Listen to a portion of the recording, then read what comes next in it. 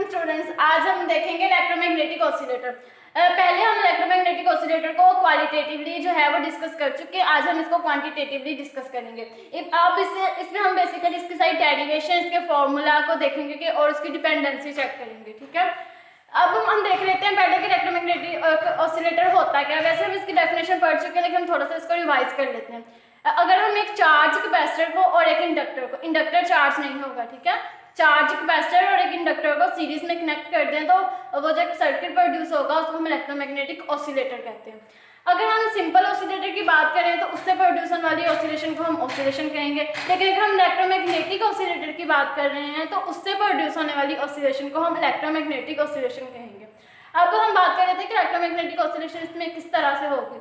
जो हमारे पास कैपेसिटर है उसकी जो है इलेक्ट्रिक फील्ड चेंज होगी और इसी तरह जो इंडक्टर है उसकी मैग्नेटिक फील्ड चेंज होगी। तो changing electric field of capacitor and changing magnetic field of inductor will give us electromagnetic oscillations.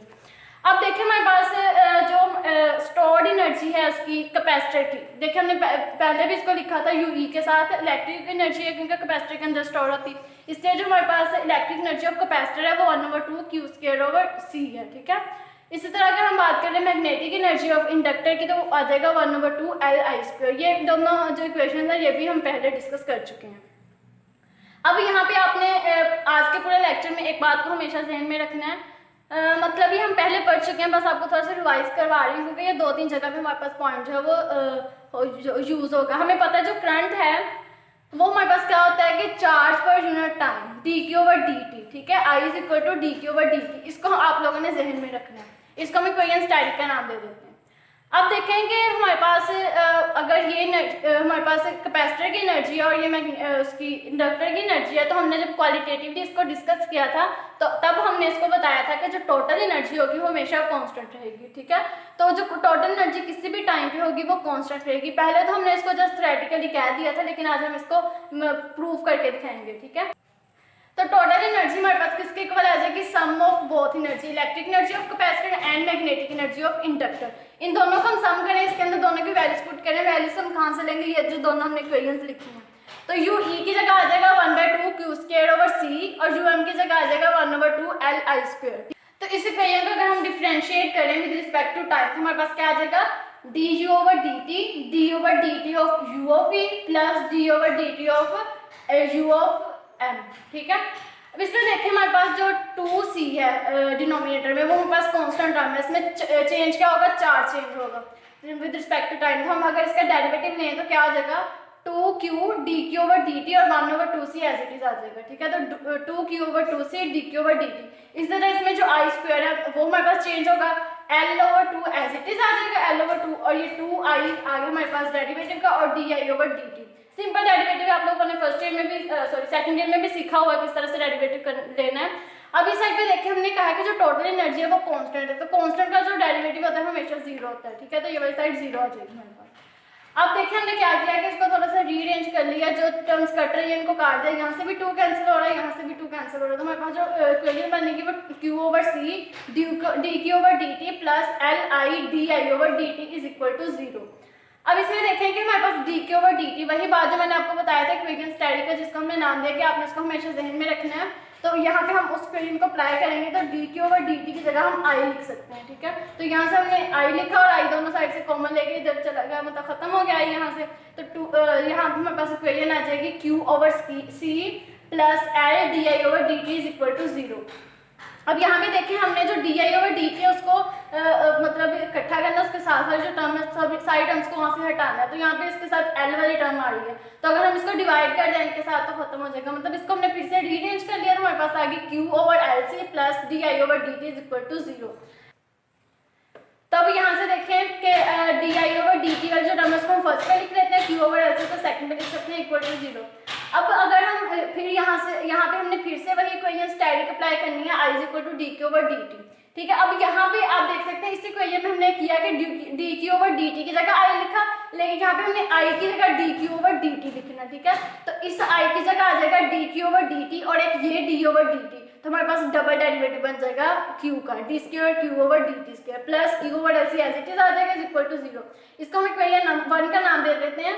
ये जो हमारे पास इक्वेशन है ये सेकंड ऑर्डर डिफरेंशियल इक्वेशन है और इसको हम इक्वेशन ऑफ मोशन भी कहते हैं। इसके सोल्यूशन की अगर बात करें तो जो हमारे पास सेकंड ऑर्डर डिफरेंशियल इक्वेशन है उसका सोल्यूशन कुछ इस तरह से होगा, q is equal to q naught cos omega t plus 5। इससे पहले हम अपनी जो डेरिवेशन है उसको आगे लेके चलें, हम इससे जो ये इक्वेशन इसमें कुछ टर्म्स आ रहे हैं उसको डिस्कस कर लेते हैं। वो हमारे पास क्या है, क्यू नॉट यहाँ पे हमारे पास क्या होगा, यहाँ पे हमारे पास एम्पलीट्यूड होगा। आपको पता है जब ऑसिलेशंस प्रोड्यूस होंगी तो वेव्स होंगी, उनका कोई ना कोई फिर एम्पलीट्यूड होगा। तो जो क्यू नॉट है वो हमारे पास उन ऑसिलेशंस का एम्पलीट्यूड होगा। ओमेगा हमारे पास यहाँ पे फ्रीक्वेंसी होगी। हमने बोला ना कि इक्वेशन ऑफ मोशन है इसलिए यहाँ पे फ्रीक्वेंसी भी होना लाजमी है, और जब हम ऑसिलेशंस की बात करते हैं उसमें भी फ्रीक्वेंसी लाजमी है। टी यहाँ पे हमारे पास टाइम है और फाइव यहाँ पे हमारे पास क्या है, फेज एंगल है। ठीक है, तो ये चारों टर्म्स आपने ध्यान में रखने कि यहाँ पे क्या चीज किस चीज को डिनोट कर रहे हैं। अब देखें, इसको हमने क्वेश्चन नंबर 1 का नाम दिया था और इसका हमने सोल्यूशन लिख लिया। अब जो सोल्यूशन है वो q की वैल्यू उसको हम क्वेश्चन नंबर 1 में पुट करेंगे। यहाँ पे आप देख सकते हैं double derivative as it is आ जाएगा, q की जगह उसकी हमने वैल्यू पुट कर दी q not cos omega t plus 5। इसी तरह नेक्स्ट वाली टर्म में देखिए 1 over L C as it is आ गया, इस q की जगह हमने उसकी वैल्यू पुट कर दी q not cos omega t plus 5 is equal to 0। अब हमने क्या करना है, ये देखें इस टर्म का डबल डेरिवेटिव लेना है। पहले अगर हम फर्स्ट डेरिवेटिव लें तो अब इसमें देख सकते हैं कि cos का जो डेरिवेटिव होता है वो माइनस साइन होता है, q not as it is आ जाएगा तो minus sine omega t plus 5, और यहाँ पे ओमेगा मल्टीप्लाई होगा वो क्यों, क्योंकि आप देख सकते हैं ये जो ब्रैकेट में ओमेगा टी प्लस 5 है इसका अगर हम डेरिवेटिव लें तो यहाँ पे हमारे पास ओमेगा बचेगा। ठीक है, next term as it is सारी आ जाएगी। अब इसका हमने डबल डेरिवेटिव लेना तो आप देख सकते हैं कि यहाँ पे साइन है, साइन का डेरिवेटिव cos होता है। ठीक है, तो ये वाली टर्म एज इट इज आ जाएगी cos के साथ, ये नेगेटिव साइन फर्स्ट पे शिफ्ट कर दिया, एक ओमेगा ये है और एक ओमेगा जब हम डबल डेरिवेटिव लेंगे वो ओमेगा होगा, तो दोनों को ओमेगा को मैंने इकट्ठा करके यहाँ पे ओमेगा स्क्वायर कर दिया और q not as it is आ जाएगा। ठीक है, सेकंड टर्म भी एज इट इज आ गई। अब आप देख सकते हैं दोनों टर्म में q not cos omega t plus 5 जो है वो कॉमन आ रहा है, तो हम दोनों में कॉमन लेके उसको राइट साइड पे ले जाके खत्म कर देंगे। हमारे पास इक्वेशन बन जाएगी minus omega square plus 1 over L C is equal to 0। उसी इक्वेशन को हमने थोड़ा सा रीअरेंज कर लिया तो omega square is equal to 1 over L C आ गया, इसको हमने इक्वेशन नंबर 2 का नाम दे दिया। अब हमें पता है कि ओमेगा जो होता है फ्रीक्वेंसी के 2/f के इक्वल होती है, आपने ये पिछली क्लास में पढ़ चुके होंगे। ठीक है, तो यहाँ से अगर हम इसका स्क्वायर लेंगे तो ओमेगा स्क्वायर 2/f का स्क्वायर आ जाएगा। आप देख सकते हैं यहाँ पे हमारे पास ओमेगा स्क्वायर है इसलिए हमने इस टर्म का स्क्वायर ले लिया। अब इस स्क्वायर की वैल्यू को हम यहाँ पे पुट कर देंगे तो हमारे पास बन गया 2/f whole square is equal to 1 over L C. Basically हम अभी जो है वो फ्रीक्वेंसी की बात कर रहे हैं, हम फ्रीक्वेंसी फाइंड कर रहे हैं, तो यहाँ से हमने फ्रीक्वेंसी वाली टर्म को एक साइड पे कर लेना, बाकी सारे टर्म्स को एक साइड पे। तो 2 का जब हमने स्क्वायर ओपन किया तो 4 स्क्वायर और इधर आके ये डिनोमिनेटर में आ गया। अब ये स्क्वायर में हमें सिंपल फ्रीक्वेंसी चाहिए तो हम स्क्वायर रूट लेंगे दोनों साइड पे, स्क्वायर और स्क्वायर रूट कैंसिल होकर हमारे पास फ्रीक्वेंसी आ जाएगी। इस साइड पे आप देख सकते हैं 4 का स्क्वायर रूट 2 आ जाएगा, पाई स्क्वायर का पाई आ जाएगा और एलसी के ऊपर स्क्वायर रूट आ जाएगा। ठीक है, ये वाली फ्रीक्वेंसी की जो हमारे पास टर्म है ये भी आप लोग पहले पढ़ चुके हैं, लेकिन आपने पहले इसको ड्राइव करने का और तरीका जो है वो यूज किया होगा, यहाँ पे हमने किसी और तरीके से इसको ड्राइव किया। अब आप देख सकते हैं, अब ये हमारे पास ये फ्रीक्वेंसी है किसकी, इलेक्ट्रोमैग्नेटिक ऑसिलेटर की। ठीक है, अब हम जो है एनर्जी स्टोर्ड इन कैपेसिटर की बात करते हैं। हमने फ्रीक्वेंसी तो निकाली लेकिन हमने स्टार्ट कहाँ से किया था, हम बेसिकली एनर्जी की बात कर रहे थे। ठीक है, तो एनर्जी हमने कैपेसिटर के लिए भी निकाली और एनर्जी हमने जो है इंडक्टर के लिए भी निकालनी है। तो पहले हम जो है कैपेसिटर की बात करते हैं कि कैपेसिटर के अंदर एनर्जी क्या स्टोर है, लेकिन यहाँ पे हमने एक जो कंडीशन लगानी है वो कौन सी लगानी है कि जब फाई जो था वो 0 है। ठीक है, फेज एंगल हमारे पास क्या है, 0 है। अब हमने पहले सिंपल उसकी जो इक्वेशन पहले भी देखी थी कि u of e is equal to q square over 2c। यहाँ पे हम q की वो वैल्यू पुट कर देंगे जो हमने सोल्यूशन से निकाली है कि q not cos omega t plus 5 square में है तो होल का स्क्वायर आ जाएगा। अब हमने कहा कि जो 5 है वो 0 थी, यहाँ से जो 5 की टर्म है वो खत्म हो जाएगी, 0 हो जाएगी हमारे पास। इसको स्क्वायर जो है उसको हम ओपन कर लेंगे तो q not square cos square omega t आ जाएगा। ठीक है, इसको मैं दोबारा से रीअरेंज करके लिख लिया, तो इसको हम कहेंगे energy stored in capacitor eight जो हमारे पास फेज एंगल है वो 0।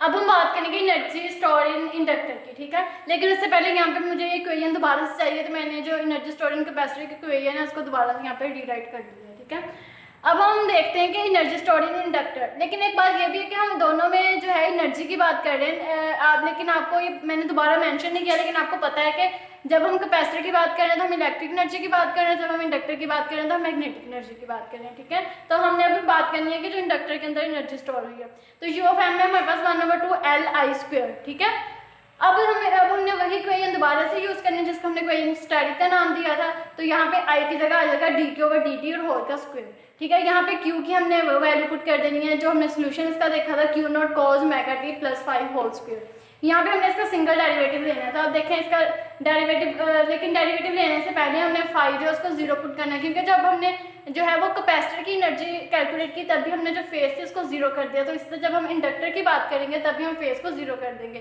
तो यहाँ से जो फाइव है वो वाली टर्म खत्म हो जाएगी।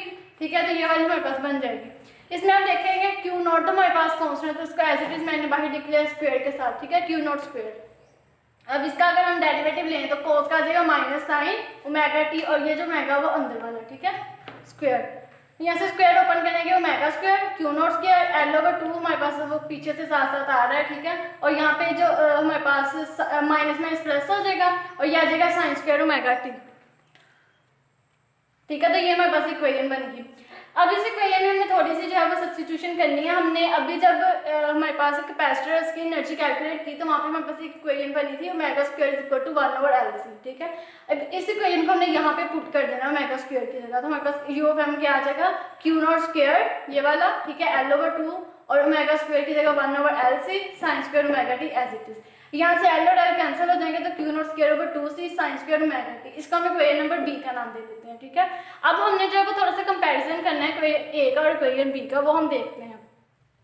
अब जो हमारे पास इक्वेशन ए और इक्वेशन बी है, इसमें आप देख सकते हैं कि जो हमारे पास टर्म्स है वो ऑलमोस्ट सेम है, सिर्फ किसका फर्क है, साइन का और कोस का फर्क है। ठीक है, इसमें भी क्यू नॉट स्क्वायर ओवर 2 सी है, इसमें भी क्यू नॉट स्क्वायर ओवर 2 सी है। ठीक है, अब हमें पता है जो साइन और कोस में एक दूसरे के ऑपोजिट फंक्शंस होते हैं। अगर हम इलेक्ट्रिक एनर्जी की बात करेंगे वो मैक्सिमम है। फॉर एग्जांपल जब कोस जीरो होता है तो हमारे पास मैक्सिमम वैल्यू आएगी, लेकिन जब उसी बात मतलब उसी एंगल पे जीरो पे बात करें तो जो साइन होगा वो हमारे पास जीरो हो जाएगा। इसका मतलब जो कैपेसिटर की एनर्जी या इलेक्ट्रिक जो एनर्जी है वो मैक्सिमम होगी तो जो हमारे पास मैग्नेटिक एनर्जी है वो मिनिमम हो जाएगी, जीरो हो जाएगी। और इसके उल्ट भी, मतलब कि जब मैग्नेटिक एनर्जी मैक्सिमम होगी, जब हम 90 की बात करें अगर एंगल की, तो साइन 90 1 हो जाएगा, इसी तरह कोस 90 जो है वो जीरो हो जाएगा। इसका मतलब है एक टाइम पे जो है वो या तो इलेक्ट्रिक फील्ड मैक्सिमम होगा या फिर जो मैग्नेटिक फील्ड मैक्सिमम होगा। लेकिन अगर हम दोनों किसी भी टाइम इंटरवल की बात करें तो जो दोनों का सम होगा वो सेम होगा, वो दोनों जो है वो कांस्टेंट होगा और वो किसके इक्वल होगा, क्यू नॉट स्क्वायर ओवर 2 सी। तो हमने इसी चीज़ को प्रूव करना है कि जो दोनों का अगर सम है तो वो जीरो के सॉरी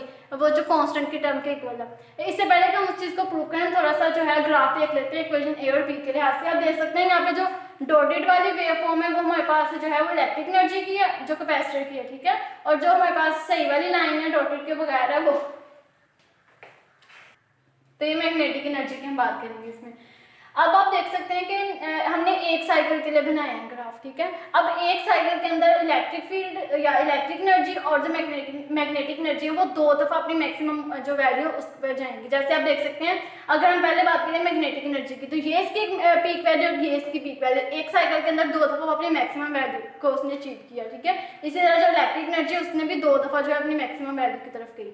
अब हमने बात करनी है कि अगर हम स्टार्ट की बात करेंगे, हमारे पास स्टार्टिंग पॉइंट है तो जो यू ऑफ ई था हमने कहा था जो कैपेसिटर है वो फुली चार्ज है, इसलिए हमने इसकी जो वैल्यू वो मैक्सिमम से स्टार्ट की। तो उसी टाइम इंटरवल पे हमारे पास जो मैग्नेटिक एनर्जी थी वो जीरो थी। तो जैसे जैसे हमारे पास इलेक्ट्रिक एनर्जी कम होती गई वैसे वैसे मैग्नेटिक एनर्जी जो है वो इंक्रीज होती गई और इसके उल्ट भी। अभी तक हमने जो है वो क्वालिटेटिवली या थ्योरेटिकली कहा है, बार बार ये बात की है कि जो टोटल एनर्जी होगी वो किसी भी टाइम इंटरवल पे कांस्टेंट होगी। लेकिन अब हम जो है उसको जो मतलब क्वांटिटेटिवली जो है उसको देख लेते हैं किस तरह से इक्वल होगी। अब हम टोटल एनर्जी हमने देखा कि यू ऑफ ई और यू ऑफ एम के जो है वो सम के इक्वल है। अभी जो हमने यू ऑफ ई की वैल्यू जो यू एम ऑफ एम की वैल्यू निकाली जिसको हमने इक्वेशन नंबर ए और बी का नाम दिया वो वैल्यूज हमने इसके अंदर पुट करी। अब यहाँ से देखें क्यू नॉट स्क्वायर ओवर 2 सी जो दोनों में कॉमन आ रहा है हमने कॉमन ले लिया, cos square omega t plus sign square omega T. हमें पता है जो कोस स्क्वायर और प्लस साइन स्क्वायर वो 1 के इक्वल होता है तो यहाँ पे 1 आ गया। बाकी जितने भी टर्म है वो कांस्टेंट है क्यू नॉट स्क्वायर ओवर 2 से अगर हम किसी भी टाइम इंटरवल पे बात करें। इसका मतलब है कि जो हमारे पास टोटल एनर्जी होगी वो हमेशा कांस्टेंट होगी। तो ये था आज का लेक्चर। उम्मीद है आपको इलेक्ट्रोमैग्नेटिक ऑसिलेटर ऑसिलेशन उसका क्वांटिटेटिवली और जो क्वांटिटेटिवली जो है उसकी समझ आ गई होगी। स्टे होम स्टे सेफ, अल्लाह हाफिज़।